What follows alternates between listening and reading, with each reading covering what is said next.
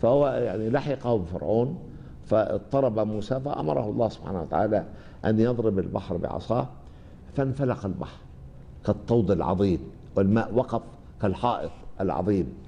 وبعدين جفف له ربنا تبارك وتعالى قاع البحر فعبر موسى ومن معه. ولقد أوحينا إلى موسى أن أسر بعبادي فاضرب لهم طريقا في البحر يبسا لا تخاف دركا ولا تخشى. يعني لن يصل إليك فرعون.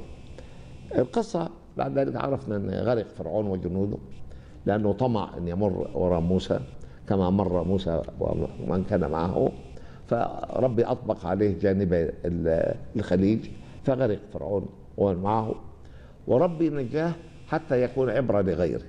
قال له اليوم ننجيك ببدنك لتكون لمن خلفك آية. وتكلمنا عن قصة إسلام موريس بوكاي عليه رحمة الله، لأنه كلف بعلاج هذه المومياء، مومياء فرعون موسى. وموسى كانوا فرعونين، فرعون الاضطهاد اللي هو رمسيس الثاني، وفرعون الخروج اللي هو ابنه من مفتاح الأول. فمن مفتاح الأول تعفنت مومياؤه فأرسلت إلى فرنسا للعلاج. فيقول وأنا أفك الأربطة من عن هذه المومياء وجدت يده اليمنى تندفع إلى الخارج بعنف شديد، فعلمت أن هذا الرجل مات غارقا ومات في معركة عسكرية، وأنه كان يمسك بيده اليمنى إما الدرع أو لجام حصانه.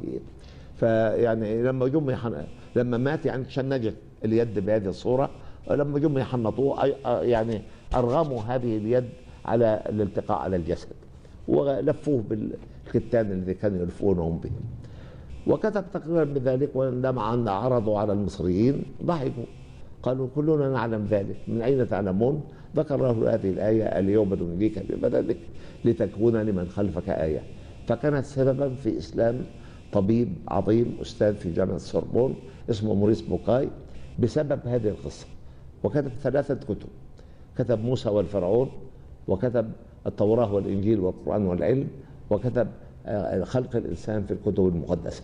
3 كتب من أجمل ما كتب موريس بوكاي.